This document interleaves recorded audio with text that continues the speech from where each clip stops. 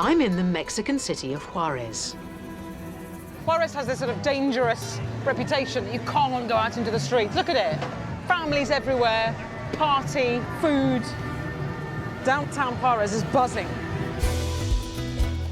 This teeming metropolis marks the halfway point of my journey along the US-Mexico border. I love you too, but we did say we'd settle out of court, right?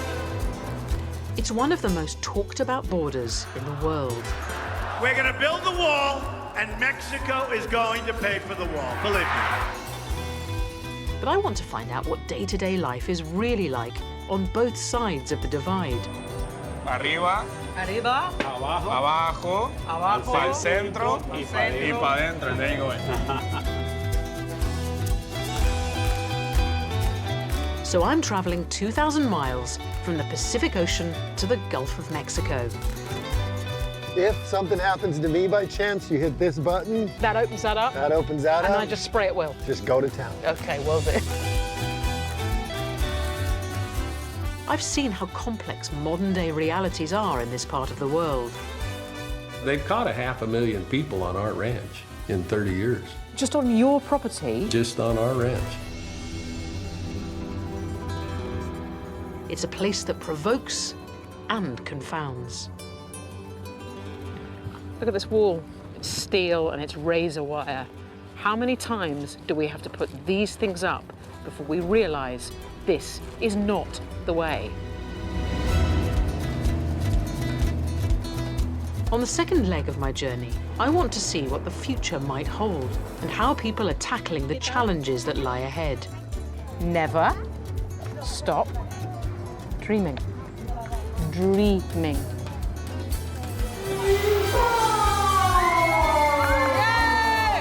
In vibrant cities and through spectacular landscapes. It's so brilliant to feel this insignificant, isn't it? This is the story of the borderland. Juarez!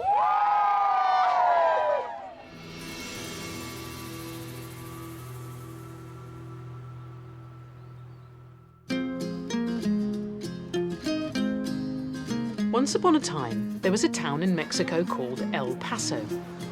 But at the end of the Mexican-American War in 1848, it was divided in two. The northern side became part of the US, and the southern side became Juarez. Spider-Man has many superpowers. I really hope he's developed the ability to regulate body temperature in an all-in-one nylon suit in 90-degree heat.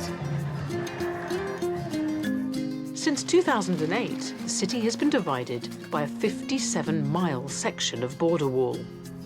Even so, thousands of people come and go across this border every day, inhabiting both worlds. On the Mexican side today, in the northern outskirts of Juarez, is a training session for a spectacle that strikes fear into my bones.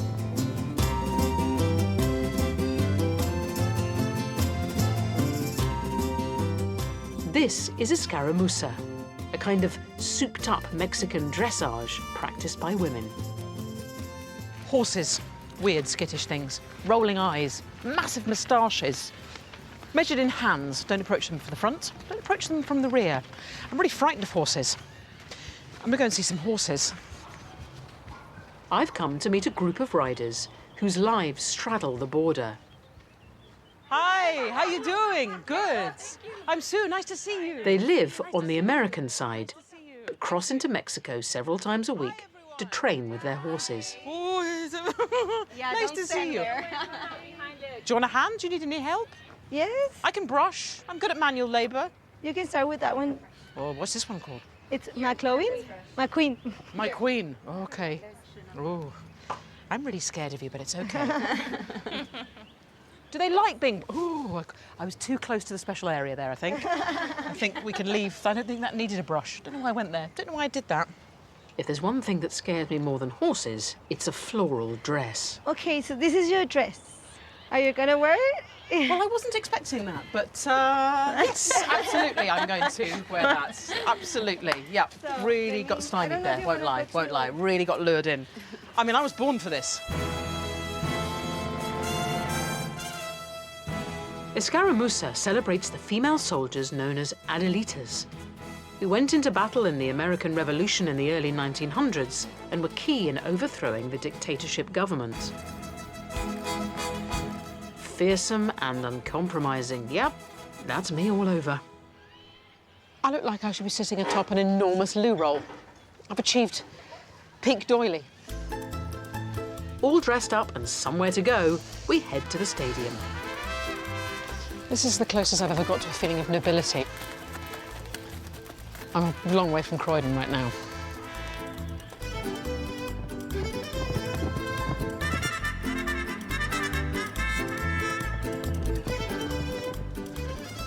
Oh, my word.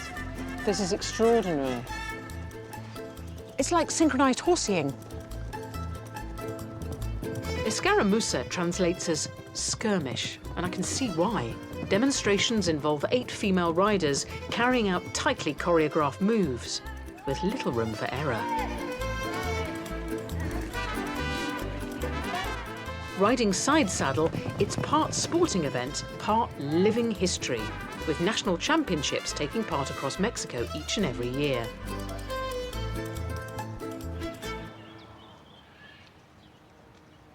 That was absolutely incredible. Thank you. You can see the horses sweating, but you guys look perfect. You look like supermodels. It's unbelievable. I want to ask about what you do outside of the arena. So what's life like off a horse? I live in El Paso, Texas, but I come across every day to practice. And then I have my dad lives here still, and my friends are here. So for us, it's pretty common to back and forth between Mexico and the U.S. because it's close together. I mean, it's just the border. And do you have dual citizenship, or what I is your... do. I am a dual citizen. I'm Mexican and U.S. citizen, both of them. So America is for work and Mexico is for passion. I am from Mexico. I'm exactly Mexican, 100%. Like our hearts belong to Mexico. It's interesting because I see these places are so distinct, you know, Yes. see the United States and Mexico and then the wall but you guys, your life is completely between the two. Exactly. It is. I mean, it wouldn't be complete if we were not like on both sides. And for us, it's just like natural. I love both countries. I mean, they're so different, and I've lived here all my life, but I also studied there like all of my life. So it's like I can't choose. It's like I'm both. I'm literally both of the countries, both of the cultures and everything. Well, bearing in mind you say that you think people are better for being on horses, do you want to help me? If I put a helmet on, would you help me get on a horse? Of course. Let's do it. Let's do it. Yep. Time to confront my fears on a horse that's rather surprisingly called Kevin. Opa! Hola, Kevin. And then you put this leg here. This leg here? Yes. You can do it. Like that. Like that? Yes. Kevin's on the move. Kevin, don't go into a routine. Kevin, don't go into a routine. Kevin, don't go into a routine. Kevin. Kevin, where are we? I just did a little 360 on Kev. He's like, I'm out. Whoa! Unbelievable. I'm not frightened of horses anymore. There you go. It's perfect. He's beautiful and gentle. These women are living proof that people can take pride in 2 identities, in what both sides of the border have to offer. As professional women of means with dual citizenship, they get to enjoy the best of 2 very different worlds. But not everyone has the freedom they have to come and go. On the American side of the border, I'm meeting a family going to extraordinary lengths to give their children that simple right of free movement. It's hard to imagine we're actually in Texas. It feels so Mexican, this place. Hola. This is Gabriela, who's been bringing up her kids alone here in El Paso because her husband cannot legally reside in the States and is stuck on the Mexican side. Do you think he'll ever be able to get settled status in the US, or do you think... He will never have the chance to become a U.S. citizen. It doesn't matter that we have 3 U.S. citizen children. It doesn't matter that my middle one was born with a congenital heart disease. It doesn't matter. What does that mean for your relationship? Oh for my your, God. for your marriage, for your love? What does it do to that? It's hard. Can I don't want to upset you. No, it's at all. okay. It's okay. But I suppose the question that stupid people like me would ask would be, why don't you then all go and live together in Mexico? Because my children are U.S. citizens. Abraham was born with this disease. He's gonna have heart surgeries for life. So now I am putting my own interests to the side. If it was only for me, I would have been in Juarez long time ago. It's not only about me. I'm working hard to put food on the table, and these children could be the next doctor, the next president, the next engineer. Why not? That this country needs. Do you want to be president? Yes. I'm going to be president when I grow up. If I was a citizen, I'd vote for you. Thank you. And what would be the first thing that you would do if you were president? I would take down the wall. I don't know, I know it can be something really hard to do. It's just something, I mean, I'm still a teenager and that's how I think. I don't want that wall. Despite being physically separated, Gabriella and her husband Adrian are doing all they can to keep their family together. Every weekend, she takes the children to the border so they can cross into Mexico and be with their dad. You're afraid? I'm afraid of the officers telling me that I can't go that far. But it's terrible that you should feel anxiety just walking along an American sidewalk. Yes, it's horrible. They make you feel like you're a criminal, like you did something so bad that you deserve to be punished.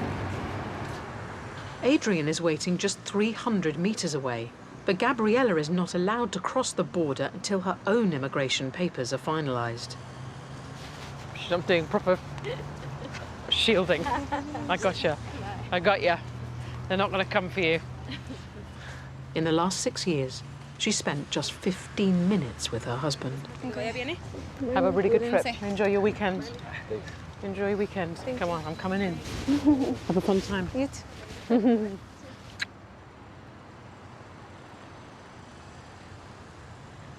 And so he'll be waiting the other side? Yes. It feels weird being so close to where my husband is and not being able to just cross that. I hope you have a happy outcome. That's what I want for your love story. Doesn't everybody? Yes, of course. What? And here, I'm not talking to you, Siri. And here, Siri, give this beautiful Mexican woman a Hollywood sort of love story ending. Thank you. Siri's had a meltdown. yes. Thank you. Thank you. Thank you so much. This narrative is familiar to anyone who's separated from their partner. But you add this hostile state apparatus, you add armed border patrols, you add invasive questioning, you add the idea of being criminalised for simply wanting to go and see a parent. I don't know how she does it. I do not know how Gabriella does that, because just being in this proximity, I want to bawl my eyes out, and it's not my reality.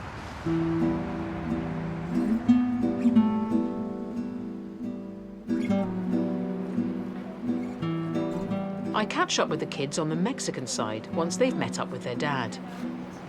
So this place feels very, very different to El Paso. Yeah. I really like the culture. I feel like I'm more Mexican than American, really. I can see why you love it. Yeah. It's nice.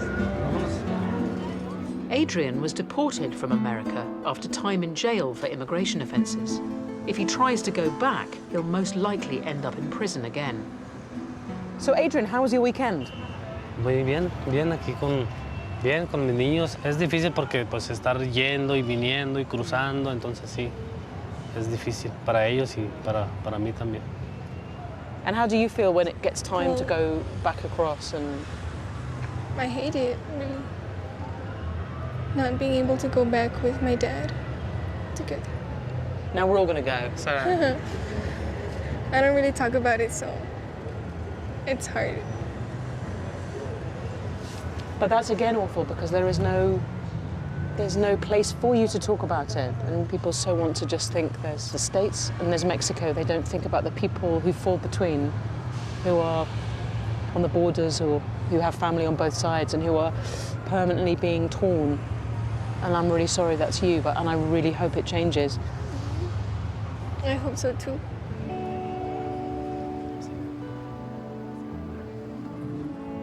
Adrian and Gabriella think it could be 4 years before her status allows them to see each other again. However, their kids will continue to come and go as citizens of a single Tex-Mex supercity that straddles the wall.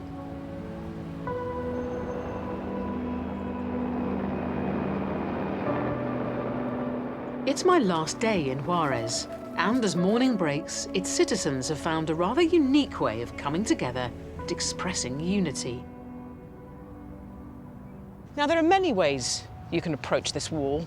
You can petition against it, you can protest about it, or you can do just what I'm doing, which is a massive downward dog right in its steely chops. Dust off your harem pants. This is border wall yoga. Inhalo, exhala. What I'm hoping is that I can get into quite a deep child's pose and fall asleep for an hour and no one will notice. And what's called the burst appendix. Unsurprisingly, this isn't a normal yoga class. The people here are from both sides of the border. Straight into the blank for me, then. They're gathering as one to try and bring a sense of peace and harmony to this contentious 18-foot-high fence. What I'm going to do here is my first border fart, I think.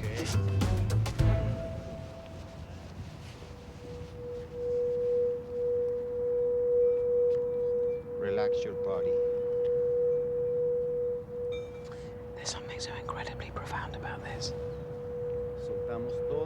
About allowing yourself to feel peace and serenity in the natural world, even in the face of something man-made, brutal, and without getting too hippie. There's a complete energetic shift that's happened, that we've all created.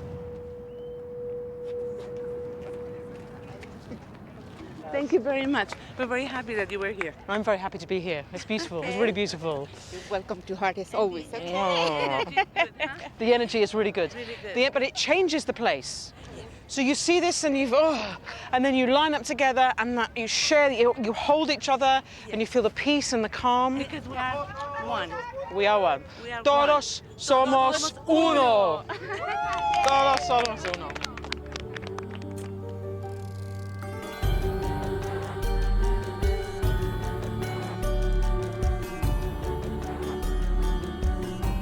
Are we doing a Mexican wave? Yeah, we're gonna do it. Hey, Mauricio. Yes! I'm doing a Mexican wave in Mexico. You should, come on. You show an English girl how it's done.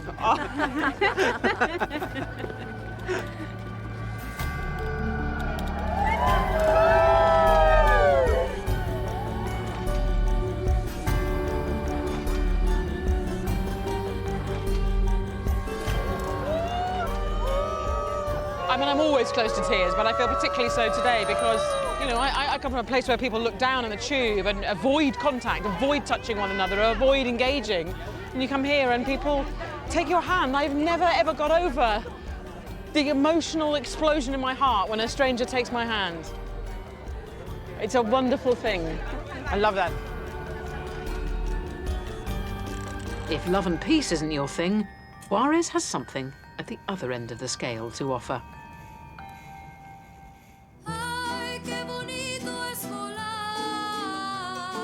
This is lucha libre, freestyle wrestling.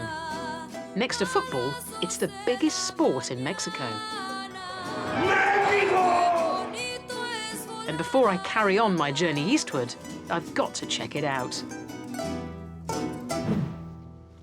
Come on, come on. This is the sort of thing the Pope wears when he gets down and dirty. Fight me. This one's great because it's really drawing up the double chin. So what it's done is actually given me a jawline for the first time in a decade, so I'm happy. I'm happy with this. Lucha Libre became popular on TV in the 1950s. Oh, this is great. Dr. Wagner. At the beginning, it was dominated by men. That's good. But it wasn't long before women got in on the action. Hola! Nice to see you. I'm Sue. Lady Diamond. Lady Diamond, it's nice to see you. Yes. I have found my look. Nice. What do you think? Is it scary? Yes. But for all the wrong reasons, right? Tell me about Lady Diamond. Is Lady Diamond is she a good human being? I'm a baby face. So what is babyface? That I'm the good guy. Okay. So what is your big ambition? What do you want to do in wrestling? To be a legend. That is brilliant. I want to be recognized on the whole world, like everywhere.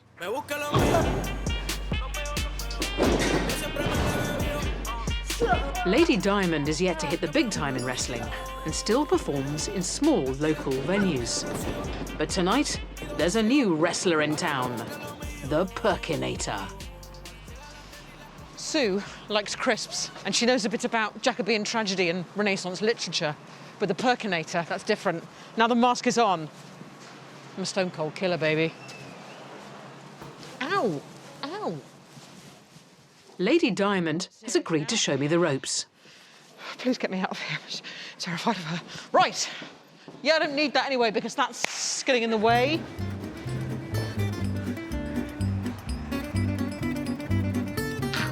Yep. Okay. So you break the arm and then I get up. Good. Both ways it snaps. See? Oh. You're gonna go down. Here. Oh! This is backwards very good. I wasn't expecting that. It's time for the main event. Lady Diamond is the star attraction. Come on! Lady Diamond's mum, Mrs. Diamond.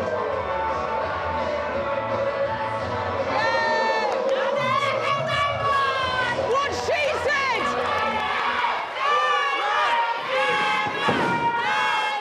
I love that this feels like a homespun school hall version of what you get in the big stadiums. And it's completely bonkers.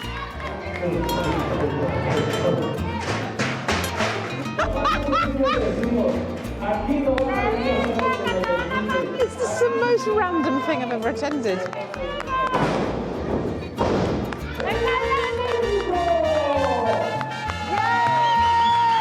Just when I thought the fight was finished, turns out it's only just beginning.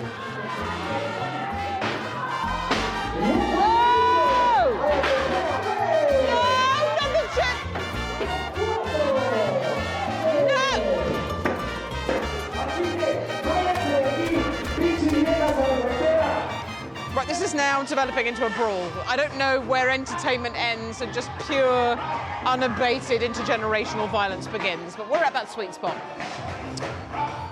Right, I'm gonna go before a 4-year-old kicks me in my groin.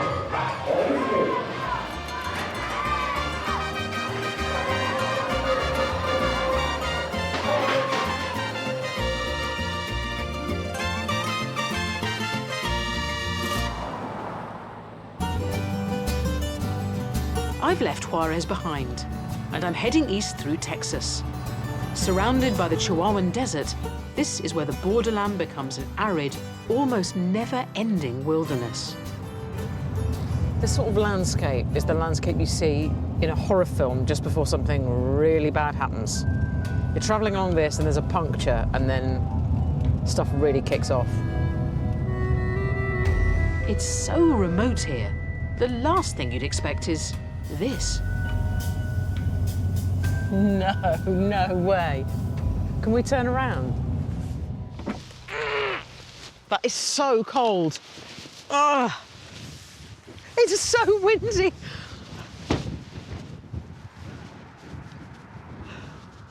This might look like a designer shoe shop next to a highway, but it is, in fact, a piece of modern art next to a highway.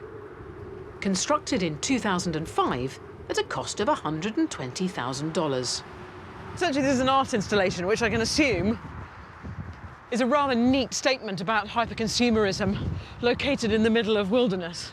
It's incredibly cool, actually, but like all art installations, I'm going to look at it, I'm going to appreciate it, I'm going to try and really contemplate the subtleties of it, and then I'm going to cross the road, get in the car, and have a bun. I'm going to die out here! How ironic to die in front of a thing mocking contemporary culture. Oh, God. The Prada installation is located just outside of Marfa, 170 miles east of Juarez. Everything's a bit alternative here. There are certainly no chain motels in this town. I'm staying in a sort of marooned desert houseboat. This is the battleship. Oh, I love the battleship. It's got walls. It has walls and it's quite warm. Get in there, get in there.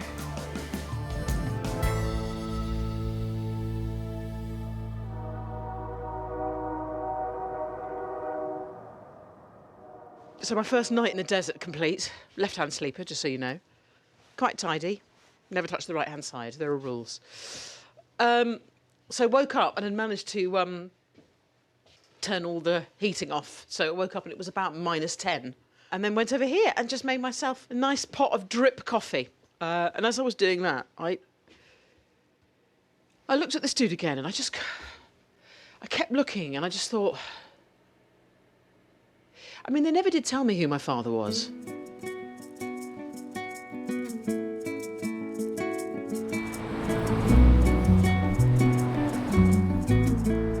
Even though it's close to the border, Marfa is a world away from the badlands of drugs and cartels.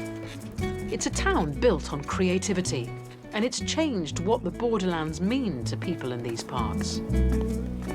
The town centre is full of galleries and craft shops, and you don't get much more artisanal than handmade soap. Hi. Hi there. Are you Ginger? I am. I'm Sue. Nice to see you. Hi, Sue. It's so nice to meet you. Nice to meet you. How's it going? Really good. Is it always this cold outside? Never this cold. I mean, it's really, we got a snap, and so I apologize for the weather. I don't know what is about to snap is all of my bones. It's like I'm made of ice right now. This is so wonderful, this place. Welcome to the soap shop. Come on back. Like many people here, Ginger washed her hands of her old life and moved to Marfa in search of a fresh start. I moved here from New York City, and I thought, oh, I need like a small town hobby. And I thought, how quaint to make soap. It'd be so fun. So, I'm gonna let you cut this one. Dear. There you go. Now push it through the wire. Now I understand. It takes a while, doesn't it, with me? It just takes a while. Oh, this is all I want to do for the rest of my life. Oh, it's so soothing. Oh, it's just a knife through butter. Look at that. I'm living in Marfa from now on forever. So why did you leave NYC? I wanted to get out of the city. I had gone through a big breakup, and I thought, oh, I'll never date again. That's horrid, isn't it?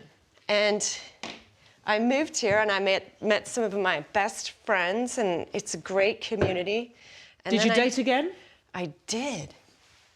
It's a love story. It doesn't get better than that. I met It's a love story with here. intense personal hygiene. Yeah. Something about the landscape here and the vastness of it. You've got this pioneer spirit. Does it feel like that in Marfa? Does it feel like people have come to this wilderness space to get away from something? I like to say we all moved here for a reason. And that's pretty much kind of all you need to say. To see just open space, it gets into your blood, and you really can't do without this landscape. It's nice to be able Having got a feel for soap cutting, Ginger decides, wrongly, that I'm capable of making a new batch. So that's our coconut oil. And we'll go ahead. This involves melting together coconut, olive, and palm oils. This is a palm oil. And how much do we want of that? 60. And then, just messing about. What brave new world is this? Isn't this great? But you don't They don't use this in baking? No, we stick an old-fashioned sort of thermometer in there. This is great. Try it. Oh, God, I want to check it. Can I do it on me? Yeah. It's 69.7. What am I? Measure me. Perfect. 72. 87. My mouth is like over 10 degrees hotter than my back. The soaps are fragranced with local products such as honey and herbs, and then sold across America for $12 a pop. Night-night.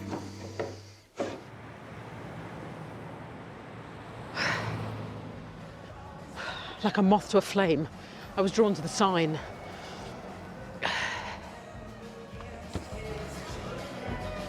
I love this modern-day frontier town, full of pioneers staking a claim.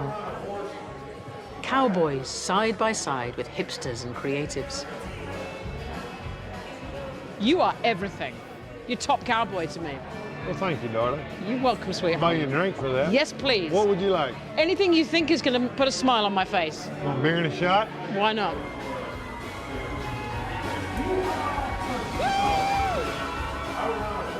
It makes me wonder what other distinct communities are living along the border.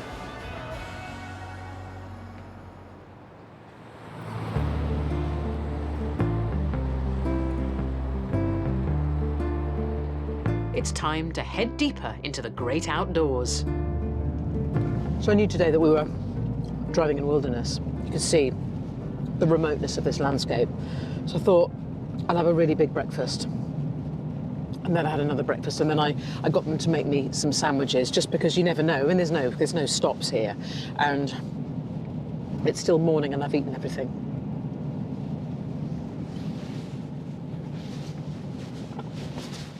There's still crisps in there, though. Don't tell anyone. We're driving 100 miles southeast of Marfa towards a region known as Big Bend.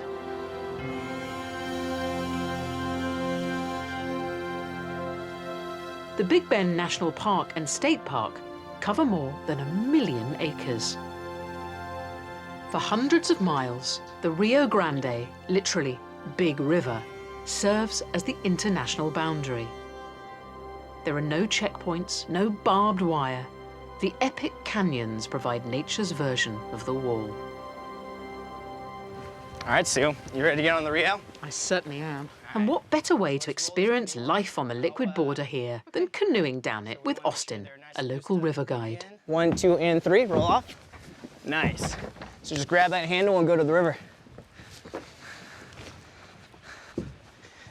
Do you know what? This is the first time it's properly struck me that... That's Mexico. That's Mexico. Oh. We're on the Rio. Happy days. Let's do it. Cool. Already, I'm the happiest I've ever been. Oh, I love the Rio. Me too.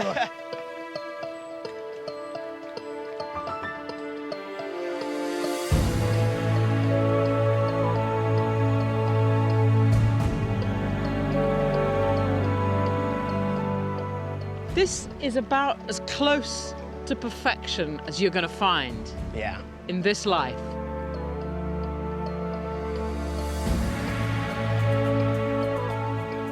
We got the first big rapid. Bring it on!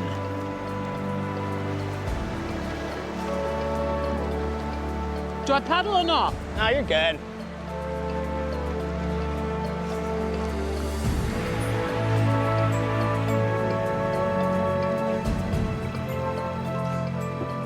It does feel like you're traveling through something properly ancient. Right. You know, that this was formed millions of years ago and has remained pretty much untouched since then. Yeah.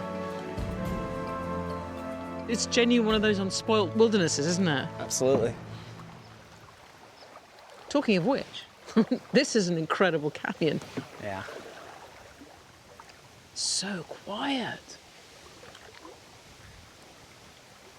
It's so brilliant to feel this insignificant, isn't it?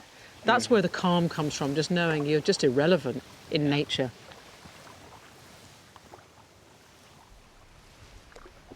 Because of the inaccessible landscape, almost nobody tries to cross the border here. So most people think there's no need for a man-made wall. But with the wall being built elsewhere in Texas, this could change. Webb County, just downstream east of the Big Bend region, they just got approved to have a continuous wall in their county. What's that going to do? Are people going to stop coming? Absolutely not. They're going to bring them here. That means that people are going to start going to the places that have no wall. People are going to start seeing the Big Bend as a way to traffic through. This will become a pinch point for migrancy. Austin's fear is that if migrants get pushed to Big Bend, demand will follow for a wall to be built here too, in this pristine wilderness.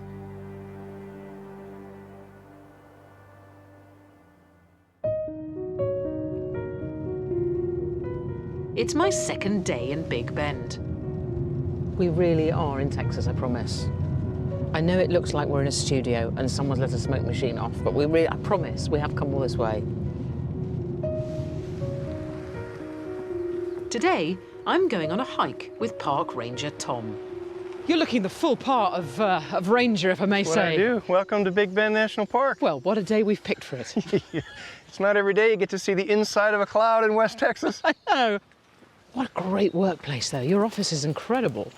It's definitely a different type of place to live, but what it's about a real groceries special and place. schooling and? So groceries, most typically we'd go to, like, say, Alpine, that's 100 miles away, or Midland, Odessa, it's about 5 hours away. So for a pint of milk, it's a 10-hour round trip? Pretty much, yeah. But that whole culture of the border along through the wild, remote Big Bend has traditionally been one of essentially non-existent borders, almost like a transparent border, and people lived on both sides. In the early days of this part of Texas, you really needed to depend on your neighbors to survive out here in this difficult place. I'm hoping to see one of Tom's famous neighbours today, the black bear. In the early 20th century, the bears disappeared from the region after excessive hunting, but they've since come back. So the park was established in 1944. There were no black bears here, none. And then suddenly, like in the mid-1980s, there was a big influx in the sightings of bears. Since 1989, we've had this resident population of black bears here. We think there's about 30, very healthy population. And it turns out by studying the DNA, we found that they did come from Mexico. They came from a population in the big mountains in Mexico. And we think that they're still kind of going back and forth. If See, they there's need no to, borders for bears. you know. But that's the story of human migration too. You go where Isn't that the food incredible? is, where the work is, where the happiness, the joy is. Yeah, right. It's just the bears are still allowed to do it, I guess. For now, who knows? For now, they depend on that ability to move, and that ensures their survival. Sadly, the bears seem to be hiding from me today. I shan't take it personally. But there is something else to look at. Ooh-wee, look at that. Oh, hello. Nice. Yes. Oh, look, we're above the mist. That's cool. That is cool.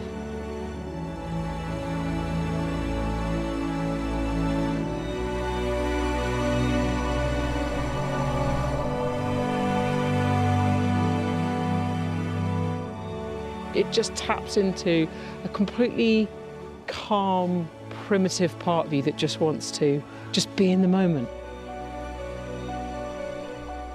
No wonder the bears come up here. They like the view. As far as nature is concerned, this is one unbroken landscape. Building a wall here is unthinkable. But down the river, that's exactly what is in motion. I'm driving to Mission, East Texas, situated on the banks of the Rio Grande.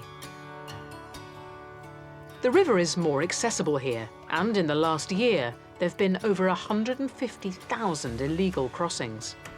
Now, plans are underway to build a new 55-mile section of wall. President Trump's vision is becoming a reality here. But one local priest has made headlines for publicly opposing it.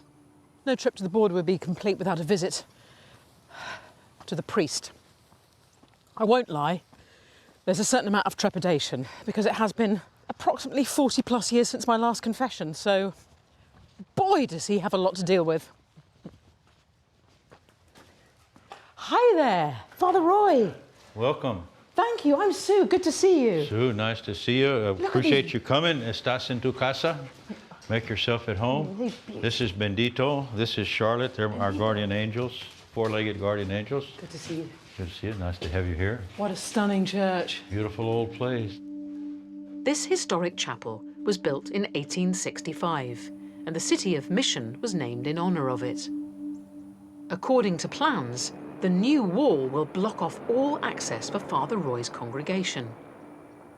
You have the natural border, the river, which marks the boundary between Mexico and the US. You have the wall, so your church is right in the middle of an enforcement zone. Yeah. Who's going to be able to come to the chapel?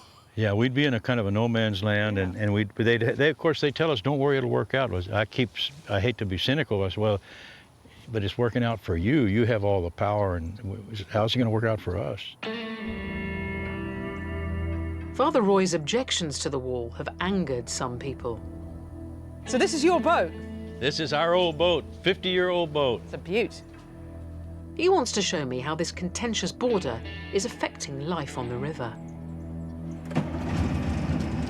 Off we go. Yeah, there he goes, there he goes. Look at it, isn't he beautiful? Oh, yeah. With so many migrants risking their lives to cross the river here, Border Patrol is a constant presence, making the place feel a bit like a war zone. Look at those guys. That's a Texas Highway Patrol gunboat. There's 4 machine gun nests on Yeah, I that boat. noticed. Looks like a Vietnam boat, doesn't it? It does, it looks like a gunship. So you said earlier that there were some local people who were angry with you and they were gonna... They're not local. That's interesting. They came from somewhere else to build a wall. What? They're building their own wall? They're building their own wall here. It will just run up along this one farm. So is that on their land? That's private land? Yeah, this belongs to a beautiful sugarcane farm. But see, now they're digging into the... See, this, I don't know what they're doing. Oh, they're actually doing it? It's just some kind of like a vigilante wall group. These diggers are being paid for by We Build the Wall, a right-wing organisation led by former Trump advisor Steve Bannon that raises private funds to build their own wall. Because apparently the official one isn't going up fast enough. They're really tearing it up, aren't they? They've just eroded a very important riverbank by scooping away all the natural reeds. And there's a lot of little wildlife living up and down here that's going to have to flee. I don't know where they're going to go. And it won't accomplish anything. It really won't even protect this beautiful farm, because you can just go down to the east end or go up to the west end of the wall and walk around it. Talk about disheartening. I used to take the dogs walking up in there all the time. I guess you wouldn't be very welcome there now. No, I guess not. Better not try it again. Do you feel threatened by them? A little bit, yeah, a little bit. That's yeah. not, that's... Uneasy, kind of... The idea you know, Parrish, the pastor, the shepherd likes to think that his flock likes him.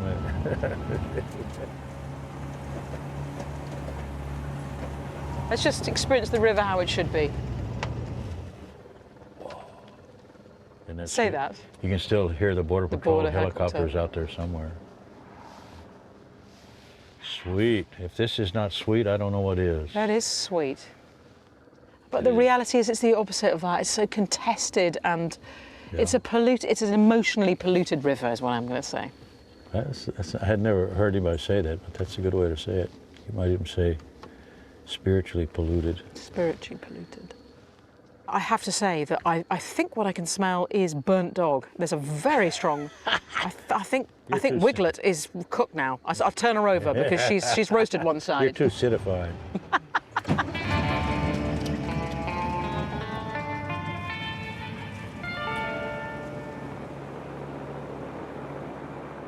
A helicopter, a Border Patrol gunship, a happy crusading priest and a bunch of vigilantes embarks on an act of geological vandalism in an effort to mimic Trump's wall on private land.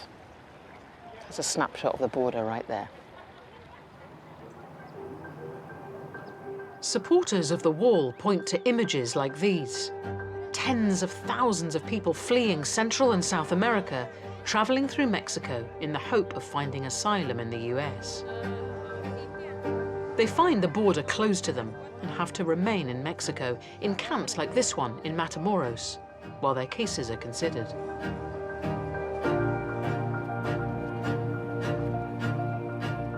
I've come to another church in Mission to meet a group of volunteers who are helping the migrants in the camp. Sue, how are you? Hey. I'm a little busy. How are you? I'm Patricia. Patricia, nice to see you. Hi, everyone. How's it going? This is my wonderful team. This is the chain gang. Yes. Can I help out? Absolutely. We have a chair with your name on it, I think. Almost. Perfect. Yes. Kathy, there's a new kid in town. So how many tacos are we going to make today? Between 900 and 1,000. Between 900 and 1,000? Yes. And so why? What motivates you to do it, other than the goodness of your hearts? There are hungry people. There are. And basically because we believe that God has commanded us to feed the hungry and take care of the desolate. But it's still not enough. But it's not right that people are that they- living in horrible conditions, and no matter how much food we bring, it's not enough. That looks like a nice purse. Yeah, I've got the comb, got one in there. These rucksacks are for the children in the camp.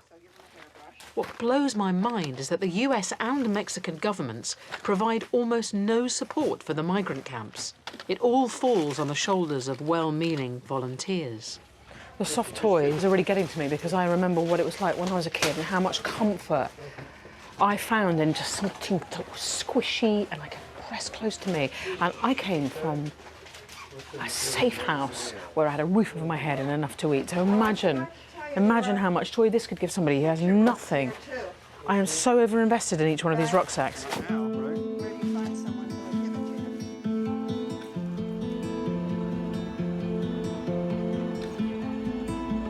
We meet up with more volunteers at the border crossing and take the food and backpacks over to Matamoros in Mexico. And just the other side, there's a car park full of tents that's now home to over 2,000 refugees, whose chances of gaining asylum and making it into America are very slim indeed. Let me just give one of these. God is going to bless you guys for this. Buen proveedor. Yeah. Hola. ¿Qué tal? ¿Salsa? ¿Te gusta Oh, la salsa? fuerte. ¿De dónde Sí. son? ¿Taco? Who's No, gracias. Okay. De Cuba. Buen provecho, señor. Yeah, thank you. ¿Qué tal? Buen día. I've seen how the border can bring out the worst in people. Hola, mijo. ¿Cómo But here, it's clear it can also bring out the best. ¿Cómo te llamas? Señor, señor. ¿Quién le gustan los caballos? Caballos? You like? Okay, caballo. You like My Little Pony? See, that is for you then. This is so pretty. Show me, show me. Listen, this is important. Never stop dreaming. Never stop dreaming. Dreaming. Dreaming. You sing, canta? Alita por aquí, alita por allá, lechuga por delante, colita por detrás. It's so much easier to just talk about migration without experiencing it. And all you need to do is imagine one child and populate your imagination with her age, her eye colour, her future aspirations. And then you meet a child and it makes it even more pertinent and even more resonant and even more important that something is done, because that's just a baby. That's just a baby who is as brimful with hope and passion and optimism as I was. It's just that geographical happenstance made me fortunate and made her unlucky, and that's what's so heartbreaking, the lottery of it all, and that's what has to change. It's surprising to see how many people have to come here with their young children. High five! Oh, oh! I'm as shocked as This family are fleeing violent gangs in Honduras. Tell me about your life in Honduras. Did you have jobs? Did you have a house? What was life like? Yo tenía mi trabajo, trabajaba en la Universidad Nacional Autónoma de Honduras como motorista. Mi esposa también trabajaba en la universidad. Vivíamos cerca de la Basílica de Suyapa, de la iglesia. Íbamos todos los domingos a misa. Él ya hizo la primera comunión. Were you being bullied? Were you being pressured to join a gang? Me iban a buscar al colegio, quería que se metieran con ellos. Incluso mataron a un primo mío por eso. Yo con mucho miedo le conté a mi papá y tuvimos que salir para aquí. Allá en Honduras llegan a la gente a sacarla a la casa para matarla, no importa esté quien esté, lo sacan de la casa y lo matan. So your choice is, if you're sent back, to either be killed or to become a gang member? Muerto. Just muerto. Solo muerto. Sí. Many people think that migrants just come for work, for money. But you guys have left everything, left good jobs, left a lovely home, left your family, because your eldest son made a choice not to get involved in crime. Sí, nosotros realmente tuvimos, como le digo, dejar todo. Y solo el que no ha vivido esta travesía que nosotros vivimos nos puede juzgar, pues. Since the US government introduced the Remain in Mexico policy, the success rate of asylum seekers from countries like Honduras has dropped to below 1%. The closer I get to this border, the more I realise this isn't about a wall, and it isn't about the United States and Mexico. It's about the bigger picture. It's about the haves and the have-nots. It's about the developed, complacent world and the rapidly developing world and the friction between those two spaces. And it asks bigger questions than this border. It asks questions like, how much is enough? And why won't you share? And what is wrong with us that we turn our backs when we see need?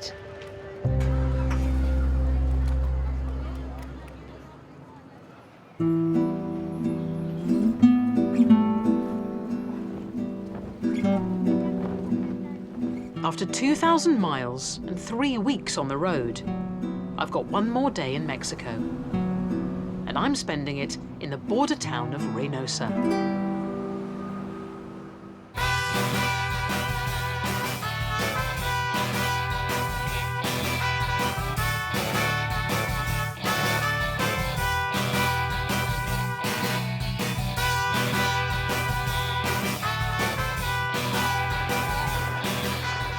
This is Dana Paula, a local teenager who's preparing for the most important night of her life. She's rehearsing the main dance of her Quinceañera, a party to celebrate her 15th birthday and a huge tradition in Mexico.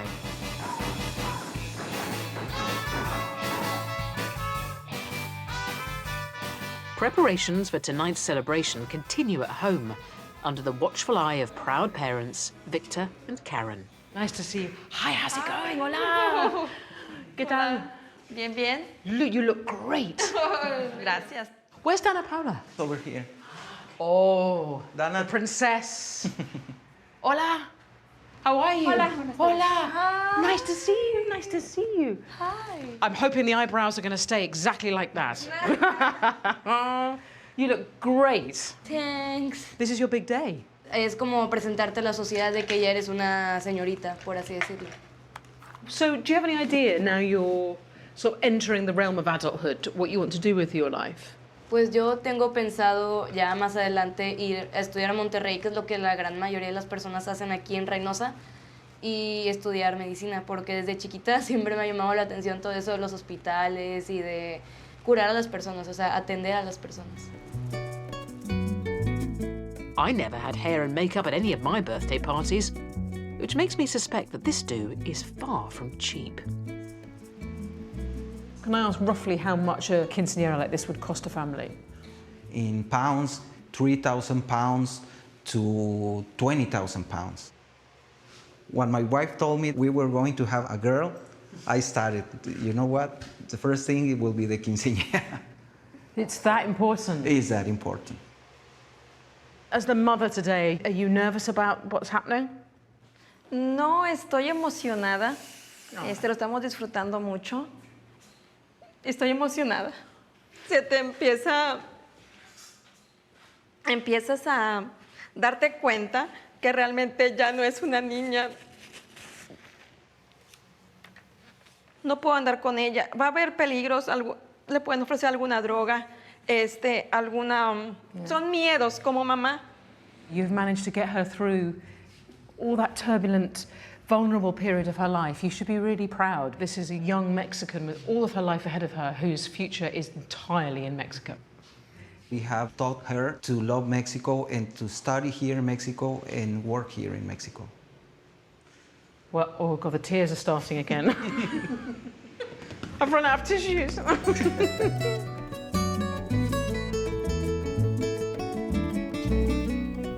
The news only tells you of depravity and violence. It doesn't tell you about sweetness or joy, or family. The news tells you about the people who want to leave Mexico, but it doesn't tell you about all the people who want to stay. Déjame entrar a tus sueños. Prometo que te voy a cuidar. Déjame The Quinceañera is a little like the love child of a bat mitzvah and debutante ball.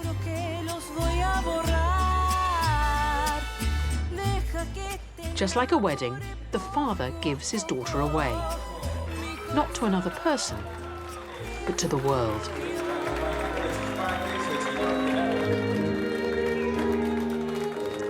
I've just cried 3 times. But there's more on the way.